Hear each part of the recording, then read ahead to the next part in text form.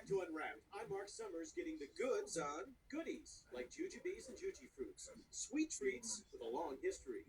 What makes them different? Well, we're going to find out as we check out how these chews are created. If you have a taste for retro, this pair of colorful chews are a blast from the past. Other than a few flavor nuance changes, they've remained basically the same since their development. JuJyFruits and JuJubes were both created in 1920 by New York candy maker Henry Heidi. He debuted them in movie houses and five and dime stores with a name that literally stemmed from a 4,000-year-old Chinese plant.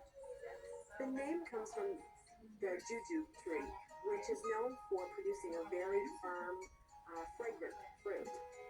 The fruit of the real JuJu never made it into the candy itself, but the word still describes its firm texture, somewhere between a jelly and a gummy. But what's the difference between JuJyFruits and JuJubes? The major difference between the two is the density and hardness of each piece, with the JuJubes being a much firmer candy than JuJyFruits. Today, the folks at Farley's and Sather's Candy Company are cooking up both of these old-time favorites at their plant in Des Plaines, Illinois. They start out the same, mixing corn syrup, sugar, and water in giant kettles. But one ingredient is different. JuJubes use a potato starch as the gelling agent, where the JuJyFruits use a corn starch as the gelling agent. It's an important step, making JuJubes tougher and JuJyFruit softer.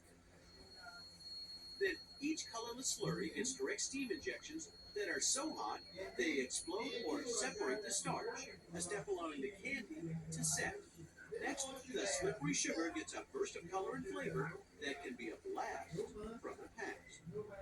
In fact, JuJubes still boasts violet and lilac as two of its original tastes. At its origination, there were lemon, rose, and mint flavors as well. Today we still have the lemon flavor. The rose and the mint went by the wayside. Meanwhile, JuJyFruits contain more traditional flavors like orange, raspberry, and licorice.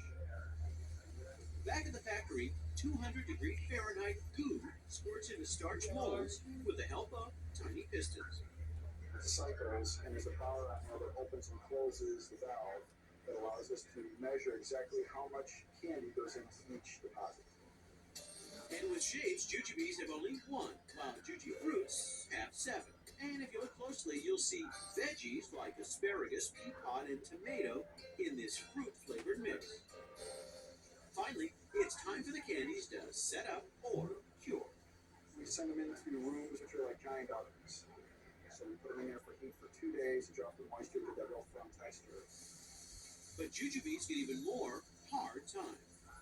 For full hardness to occur, it's 3 to 4 weeks before that's really as hard as it gets. And whether you like them hard or soft, this gooey duo has stood the test of time. After 80 years, demand is still high. JuJyFruit in a day, we can make just over 20 million